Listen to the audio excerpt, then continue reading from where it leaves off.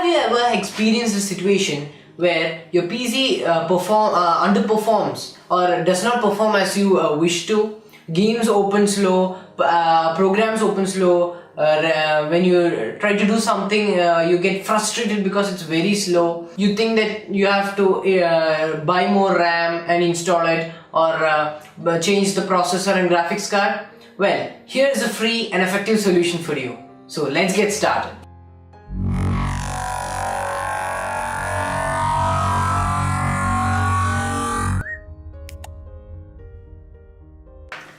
Hey guys, myself Siddharth Hariprasad and this is HashPlay. So today we are going to give you a simple and effective solution to speed up your PC. Well, it is to clean your PC. I haven't cleaned this PC for 3 years or more, and I have started to experience a lot of issues where the system is getting a very slow day by day. Programs crashing, not responding, etc. First I thought maybe I should increase the RAM. But then I just opened the PC and saw this.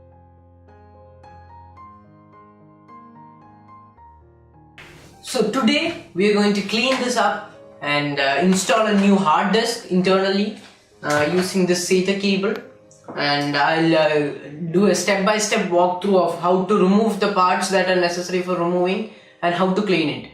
Let's start by removing the case cover. Removing the case cover is different for different cases. You can refer to the case manual for it, but normally it is just removing these 2 thumb screws from the back of the PC, and the side panels should pop out for one side. Similarly, you can remove from the other side too.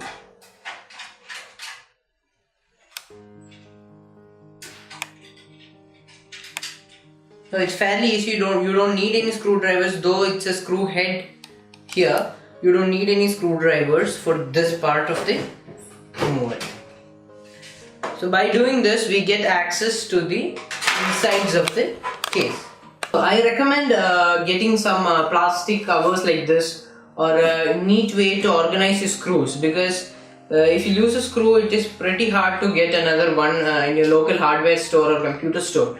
So it's best to keep it safe. And what I'm going to do is I'm going to drop them in here, and I'm going to mark them with a marker as case. So I know it's a case screws. Now let's put that aside and let's take a look into the PC. First of all, the CPU is underneath this fan, and it is not advised to remove the CPU, as removing this cooler will make us put a thermal paste which is used to conduct heat away from the CPU and into the cooler, which is a tricky process for inexperienced people. So I'll not be showing that here, because, and also it is not necessary to clean that part of this computer, as very rarely dust gets in there. Another important part is this RAM. So this can get pretty dirty, and as you can see now, it's like very. First we are going to remove the hard disk, and for this purpose we will need a screwdriver. It is a star head screwdriver like this. So first we need to disconnect the cables from the motherboard. It's a symbol, like you can just press this and it will pop out. Similarly, we can remove this connection also, data cable. And this is the power. The first one that I removed is called a SATA cable or a data cable. Now we can just pull it out. It will come out like that. Next, we will remove these screws. And as I said before, make sure that you keep them safe and that you don't lose it. Best to put it in a small Ziploc bag and label it so that you don't lose it. Because losing screws with computer parts and trying to buy them extra is very difficult. So it comes out like this, and 4 screws on all corners. Yes, and there it is. So you can get it out like that. Make sure to keep it on non-electrostatic surfaces so that it doesn't get shot. And we'll just put it in a Ziploc bag and name it HDD so that we know it later on. Next, we will remove the graphics card since that's easier to get. Similarly, use a screwdriver to unscrew this part, this screw here. It is for the IO shield, and remove it. And basically that's the only screw you need to remove to get the graphics card out. There is like a knob here. I don't know if it's visible. If you press it and this thing will pop out. Put a little pressure to pull it out, but don't do too much. Come out like this. This also keep it in a non-electrostatic surface.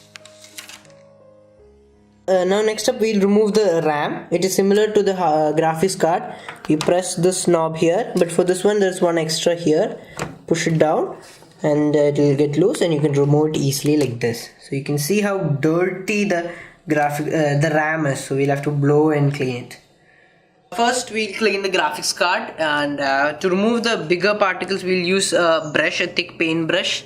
Any kind will be fine as long as it's not conductive. The brush tips are not conductive, so we can just like remove it like this. Clean it thoroughly. Just be sure that the brush tips are non-conductive, because this is the main circuitry of the graphics card, and if it is a conductive thing, it will short it completely and it will be totally unusable. Now you can see how clean it has got. We'll clean this side too. Just use a pencil or something to block the fan from spinning so that it doesn't short the circuit.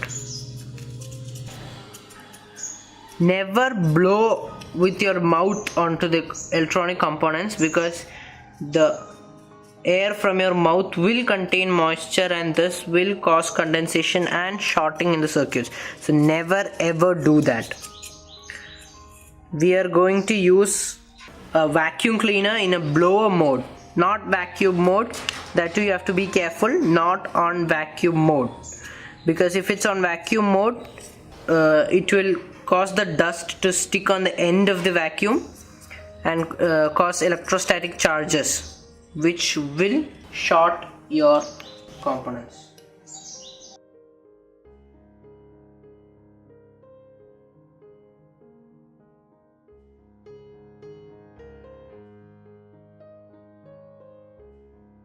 We'll clean the RAM. So basically we'll do the same thing, clean it with a brush first, like this, nice and thoroughly, and then we will blow it in the last, just to make sure that it's pretty clean. Probably it's easy to clean the RAM because there is not much place for the dust to get stuck on if you are using RAM with a plastic cover like this one. Some cases it's uncased, and those cases there will be more dust accumulated. Now let's blow it.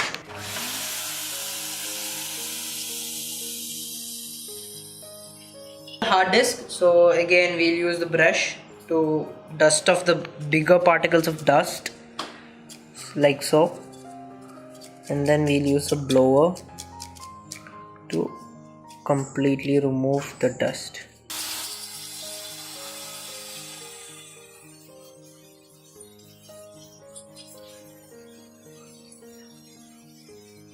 Okay, now we'll clean the other parts of the case, and first we'll just brush out the dust from the bottom of the case using a brush like so, just to loosen it up so that it's easier to blow it away. Remove the bigger parts like this.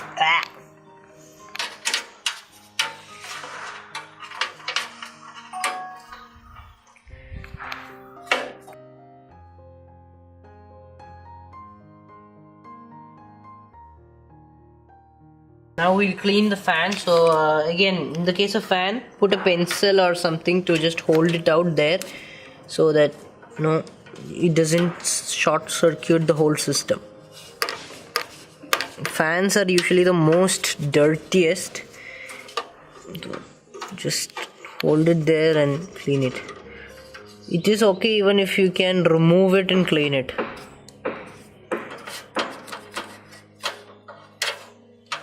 So I've decided to remove the fan because it is very dirty, so we'll remove it just like before. Screwdriver, remove the screw, and we are good. Again, like before, make sure you don't lose the screws, and you can just put some pressure from the back side because these fan screws are always tight, so it's easier to remove if you have pressure from the back side. It's inside the case. Now we can remove the fan, and I would advise you to remove it from here too, so that we can clean it safely. But if you feel it difficult to remove, it is absolutely okay if you not remove, and you can remove it. It is a bit difficult to remove, and you have to put on a little bit of pressure, and it's totally optional to remove. So now we can freely remove it, twist it or anything, blow it even.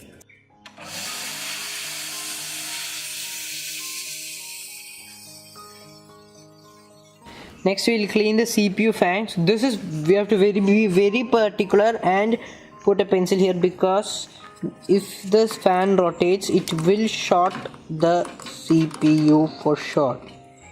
Just be careful.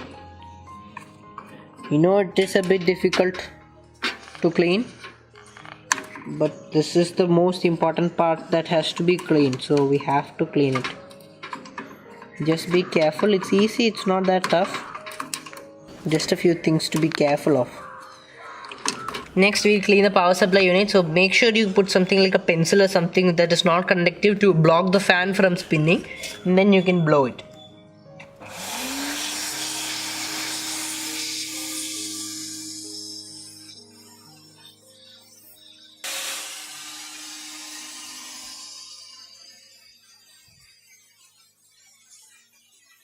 Okay, next we'll clean the PCI Express slots. Those are these slots here, this, and on the sides also we'll clean. So we'll blow it. So just for safety, keep a pencil in the CPU fan so that it doesn't turn.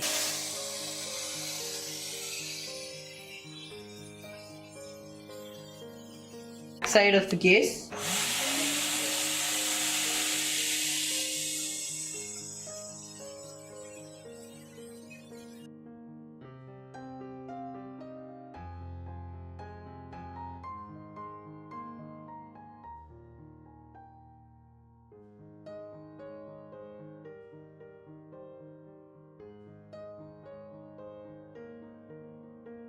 We'll get back to putting it back together. So first we'll put the fan or the cooler first. So just put the screws in loosely. Cooler has been installed. We'll connect it to its power source. This yellow, black and red cable with 4 holes. Here you can see this male jacks, so you can just connect it like that. You have to press it in nice and tight. Next we'll install the RAM. It is pretty easy and straightforward. Just look for this groove, so it will not be centered. So one side will be small and one side will be long. Match it with, here you can see this groove. Just match it and place it in. Make sure that the 2 knobs that we pressed out earlier has been still loose, and just press until you hear 2 clicks. It's easy to install. Just, yeah, there, 2 clicks and these 2 knobs will be closed. This is for another RAM if you want to install in the future. Okay, next we will install the graphics card. So this is where we install the graphics card. Similarly like before, make sure this knob is loose, and this is the IO part, so that we have to keep it to this side. Here also we have these cuts, and you can match those cuts here. See, you can see like here you can match it. So just place this such a way that it sits properly, and similarly push until you hear a click. Okay, now it's fit, and now we can take the screw from the Ziploc bag and screw this IO shield in, like so. Next we'll install the hard disk.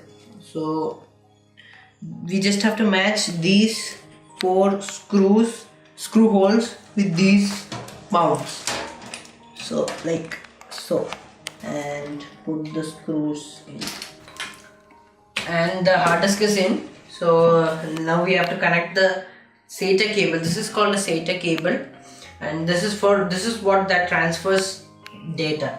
So we can just manage it by folding it so that it is neat, and we can just press this part and insert it in here.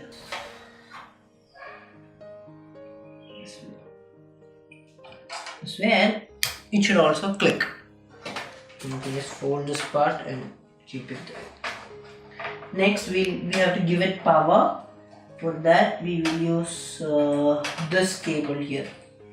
This, like the one we use for the CPU fan, but bit bigger. Similarly, push it in here. Now the hard disk is in. Now we can close the case and we can power on and see if it still works. Now that the case cover is clean, we can install it. Just like how we removed it, just place it in and put these thumb screws. Okay, so now we have connected the system to power and all the peripherals. I didn't show that because it's fairly simple. So now let's see if it starts. So let's see if we get display. Okay, that sound is not good, but we do get a display. Okay, so I just opened the case and looked, and it was just a cable touching the fan. So when you are reassembling the PC, just be careful of that. It is not good. Not only that it will produce that much sound, but if the cable gets cut, it will short. So just be careful of that. Now you can see it's pretty silent, and we have a system running. So now if we just, I did install an internal one more extra 1 TB hard drive, like we installed the first one that I showed you. So let's see if we have it. If we open disk management, in that we can see it has to be set up. So let's see, that is not recognized by all previous versions of Windows. Okay.